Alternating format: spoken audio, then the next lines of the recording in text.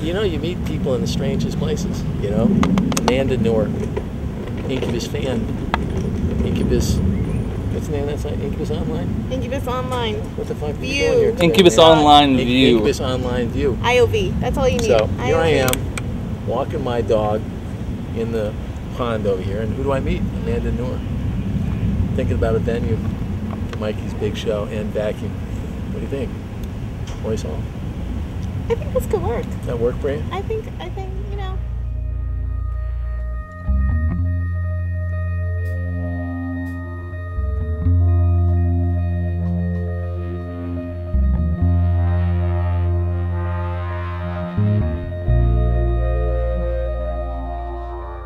Well, it definitely is something that I've wanted to do for a long time.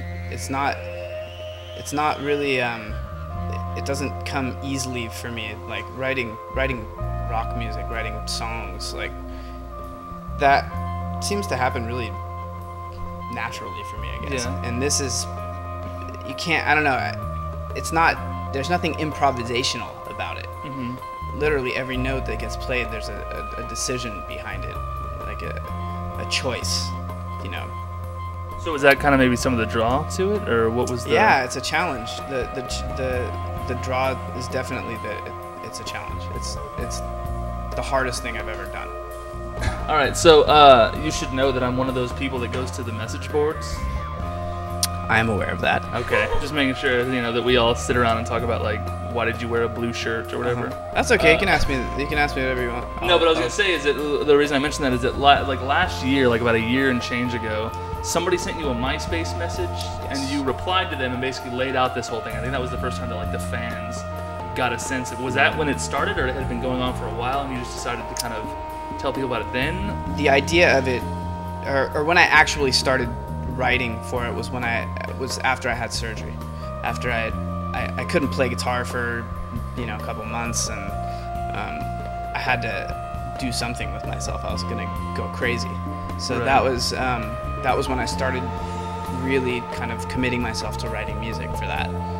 So like, did it kind of come out of this maybe like that you weren't sure what was gonna happen with the hand, or was it just kind of to fill time in that space? It was kind of to fill time. Okay. And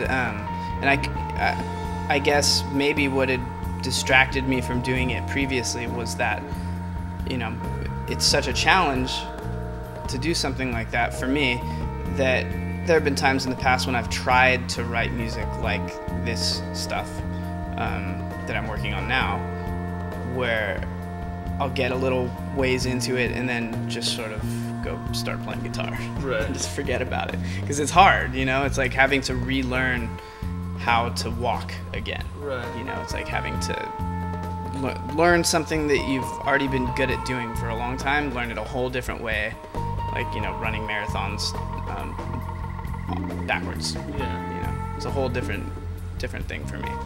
You do it on your own and then basically bring musicians in and they learn it, or you do it with Well, it's not really. I mean, The writing is all you, but yeah, but I'm working with Suzy Katayama, who I've been working with for years on, you know, any orchestral stuff that we've done, she's been involved with. And so I basically write all the music, and then her and I get together, and she is an orchestrator, so she arranges it for the orchestra. oh, okay. But the goal for me is to learn to do those things myself, you know. So I started studying that specific thing, orchestration, composition.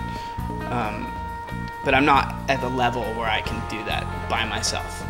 So Suzy is a huge help for me in putting this together, and really inspiring too. She's like, you know, she's freakishly talented.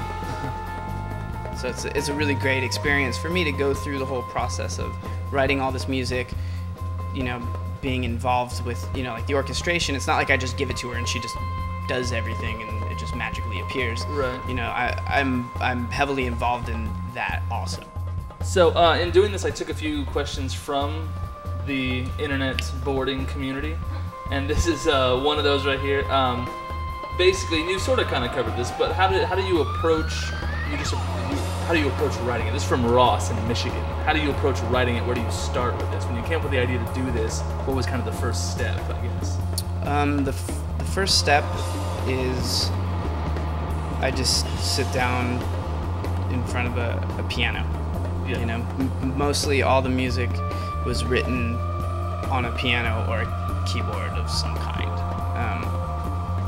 That's the easiest way for me to organize the way all the notes, all the voices are interacting with each other. Like I might play something on the piano with, you know, different chords and melodies that are kind of flowing on top, and everything's kind of intermingling. All the voices are crossing each other and all this stuff.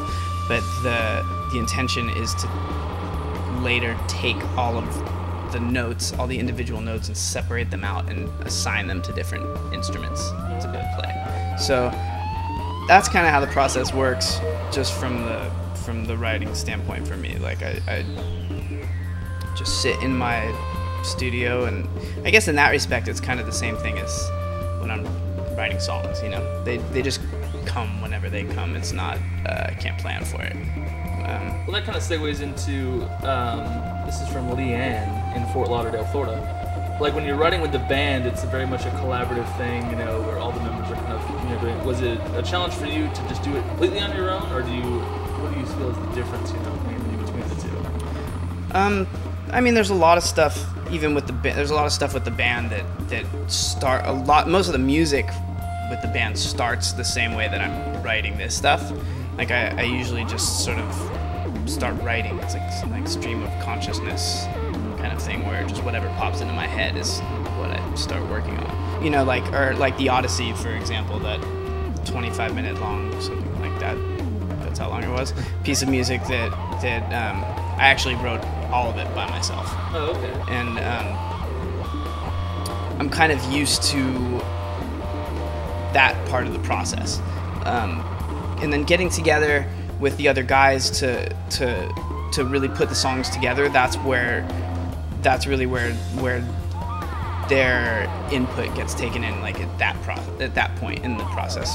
Like sort of after all the like basic initial musical pieces have already been put together. Like then we all get together and work on them and shape it into a song. So is this kind of like just you unhinged? Yeah, in a sense, pretty much. Nobody roping it in, kind of thing. Nobody there to.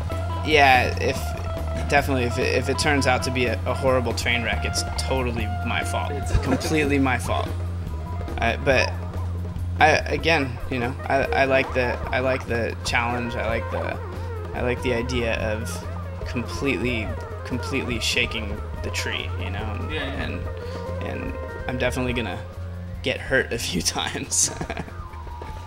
Are any members of the band involved in any way, like creatively, performance-wise, anything at all? Are they going to be audience members, basically? Yeah, I'm actually really looking forward to sharing this with them, as though, you know, they're audience members. Yeah. You know, it's like almost like a present to them. That's really cool. You know, so it'll be the first time they'll have heard anything. Yeah, none of them have heard anything, and I've actually really kind of specifically not shared any of it with them because I want them to hear it. Like, you know, it's funny, you know, to watch people that you've been playing music with together for such a long time do things by themselves.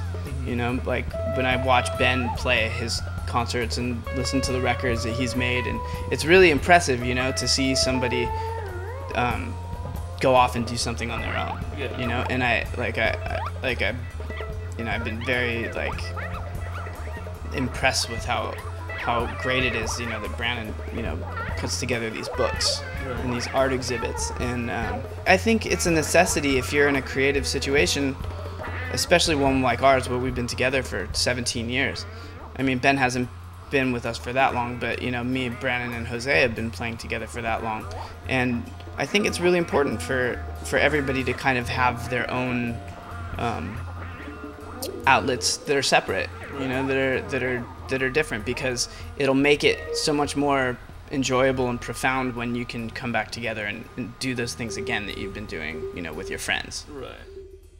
Kind of going back to what you're talking about with the band and giving this to them, is it nerve-wracking, that kind of thing, to like, even though you've been playing with these guys forever, to be putting this out there? And I think it's just nerve-wracking in general. Yeah.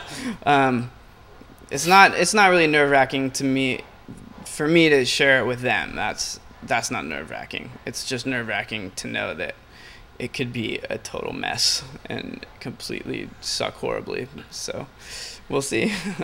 Well, speaking of suck, the title. Well, I know it sounds like very apocalyptic, but the title and vacuum kind of makes reference to the sort of the outermost edge of my understanding of everything.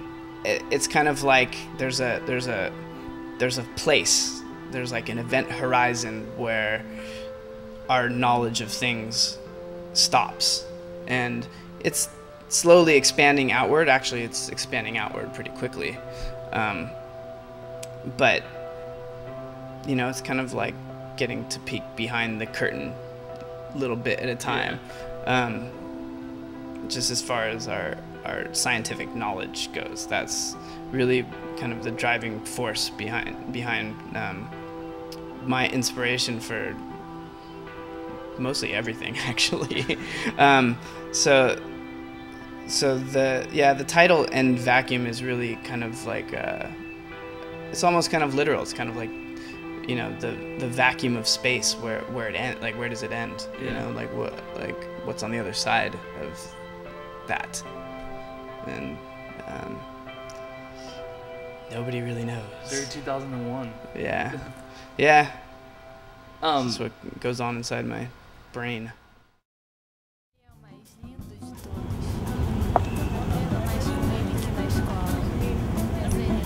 So, Mr. Rennie, Yeah, I have a question. far away. How can people who don't live in Los Angeles come see this show here at Royce Hall that Mikey's doing? That's a good question, Amanda. I'll say this.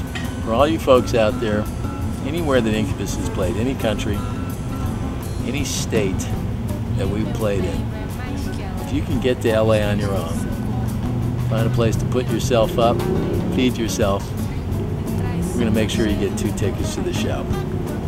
All you got to do is tell us why you deserve to be that person. We'll get you covered. And for everybody who's got a great story that doesn't win the 2 tickets, we'll make sure you get a chance to buy 2 tickets before the tickets go on sale to the public. So as good as we can do. I wouldn't complain. All right, there you have it. Amanda's not complaining. She lives in San Diego.